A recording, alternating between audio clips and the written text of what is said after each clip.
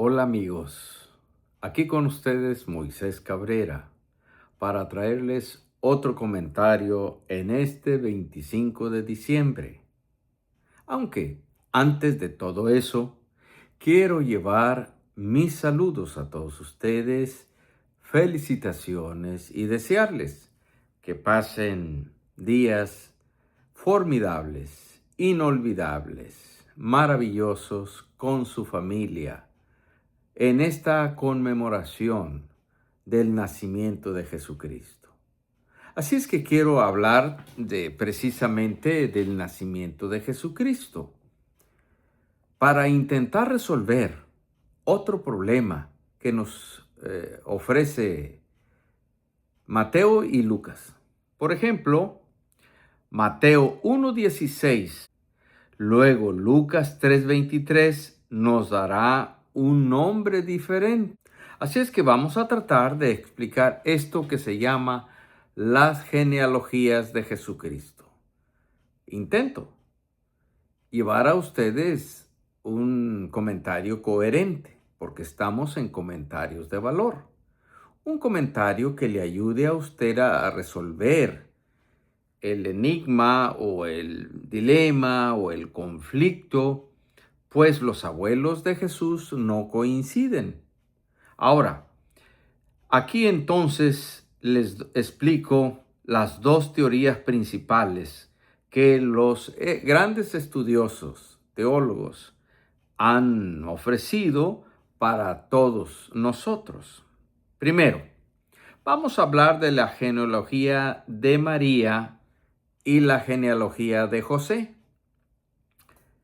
Es la explicación más aceptada. Tradicionalmente se propone que Mateo registra la línea legal y real de José, el padre legal de Jesús. Ya sabemos que fue engendrado por el Espíritu Santo, pero humanamente José fue su padre legal. Mateo escribe para un público judío y quiere demostrar que Jesús es el heredero legal al trono de David, pues muchas veces en el Evangelio dice Jesús, hijo de David. Entonces él intenta demostrar que Jesucristo es un heredero legal al trono de David, quien reinará por la eternidad. Lucas registra la línea genealógica biológica de María. Bajo esta interpretación de Elí, padre de José, en el Evangelio de Lucas, sería el padre de María, o en otras palabras, sería el suegro de José. Como en las genealogías judías no se solía incluir a las mujeres, sino que se menciona a José como hijo, quien es en realidad yerno, hijo de Elí. Entonces, de esta manera empezamos con la genealogía de María versus la genealogía de José. 2. La ley de Levirato. Aquí se incluye. Otra teoría sugiere que ambas genealogías pertenecen a José, pero una es biológica y la otra es legal. Según la ley judía del Levirato, si un hombre moría sin hijos, su hermano debía casarse con la viuda para darle descendencia al difunto, al muerto. Bajo esta premisa, Jacob y Elí podrían haber sido medios hermanos. Si uno murió, el otro cumplió con la ley. Así José sería hijo biológico de uno y el heredero legal en el otro caso. A ver, entonces Mateo va a decir que el abuelo va a ser Jacob y Lucas va a decir que el abuelo se llama Elí.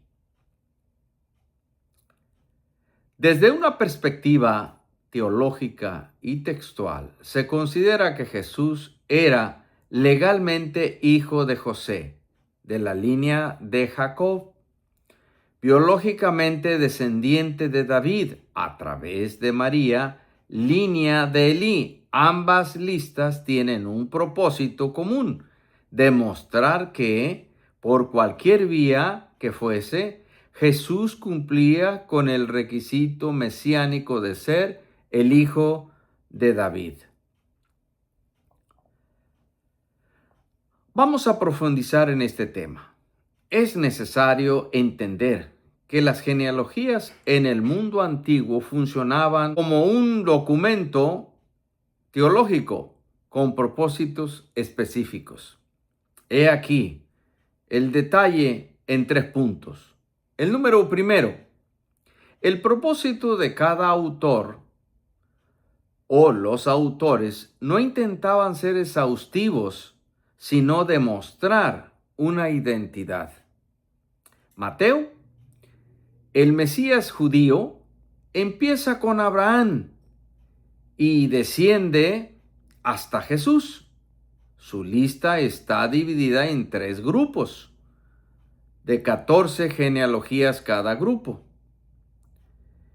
Entonces, Mateo intenta demostrar que Jesús viene del linaje de Abraham y empieza con Abraham, mientras que Lucas va a ir hasta Adán, porque Lucas tiene un propósito de llevar un evangelio universal, mientras que Mateo al pueblo de Israel, convencerlo de que era el Mesías y que por tanto era descendiente de Abraham y que la promesa hecha a Abraham.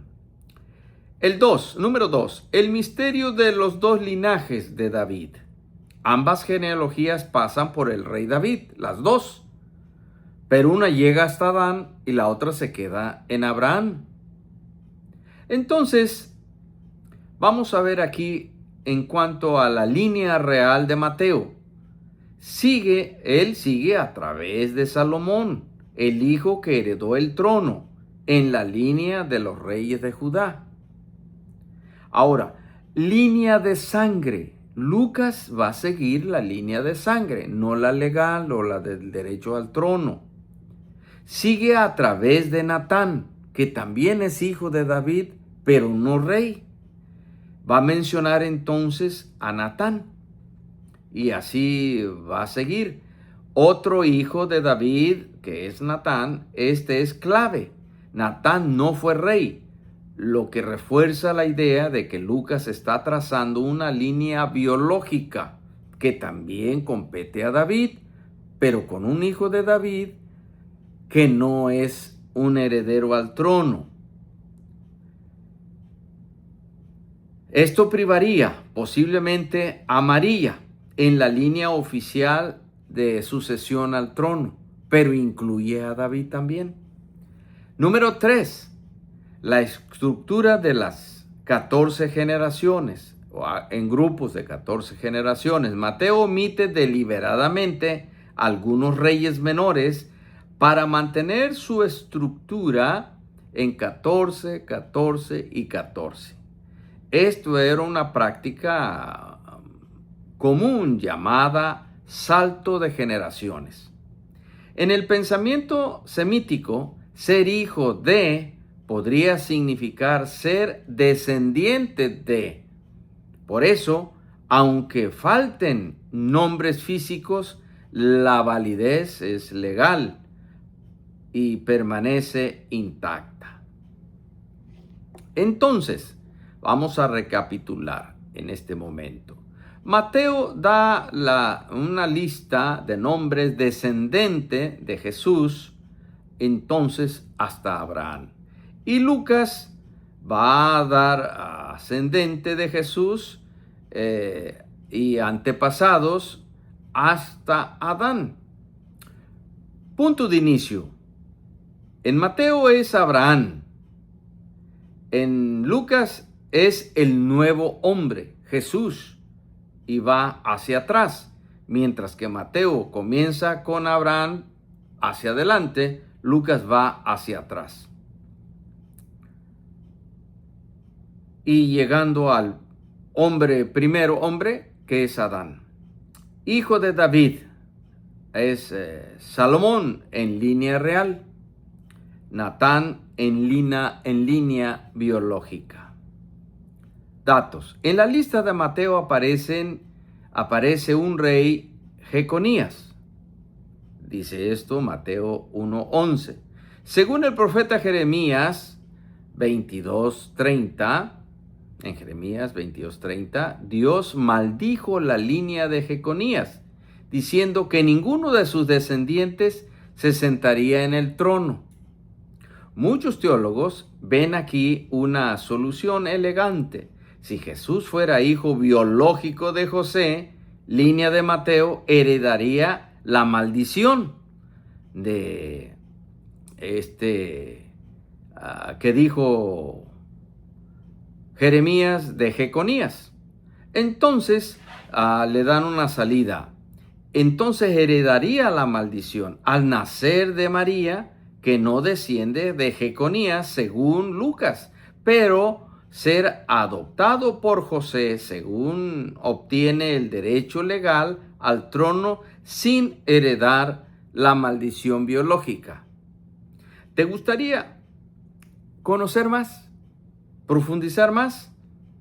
Es muy oportuno en este momento porque la inclusión de estas mujeres que menciona Mateo es algo extremadamente raro en un documento judío de esa época, porque rompe con todos los esquemas. Normalmente las genealogías eran exclusivamente masculinas para asegurar la pureza del linaje.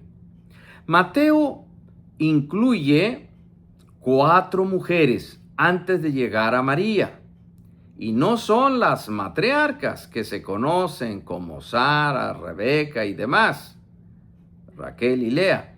Sus historias tienen 3 puntos en común. Eran extranjeras, por lo tanto gentiles. Tenían pasados cuestionables o estuvieron en situaciones irregulares en algún momento. ¿Cuáles son estas 4 mujeres? Primero, Tamar. Tamar se disfrazó de prostituta para seducir a su suegro Judá porque él no había cumplido con la ley del levirato. Bueno, la segunda es Rahab, es una mujer cananea y de hecho era una prostituta en Jericó que ayudó a los espías de Israel. Estas son mencionadas por Mateo. Ruth era moabita, una nación enemiga de Israel, aunque fue una mujer ejemplar, técnicamente era una extranjera fuera del pacto original del Señor. Betsabé, la mujer de Urías. Mateo ni siquiera menciona su nombre, la llama la que fue mujer de Urías, pero sin decir el nombre. Pero está haciendo toda la ilusión a Betsabé para decir que, o para recordar el adulterio de David y el asesinato que éste cometió para encubrir su adulterio. ¿Por qué Mateo habría de incluir a 4 mujeres que eran gentiles? Los estudiosos coinciden en que Mateo lo hizo por 3 razones teológicamente fundamentales. 1. Gracia sobre el pecado. Al incluir a mujeres con historias complicadas o de pecado, Mateo demuestra que el Mesías no viene de una línea de personas perfectas, sino que viene precisamente para salvar a los pecadores. Apertura a los gentiles, esa es la otra razón. Mateo quiere que sus lectores judíos entiendan que desde el principio la sangre de Jesús ya tenía raíces extranjeras, moabita, cananeas y demás. El plan de Dios siempre incluyó a todas las naciones, no solo a los judíos. desde la promesa hecha a Abraham, en ti serán benditas todas las naciones. Desde allí está el plan de Dios.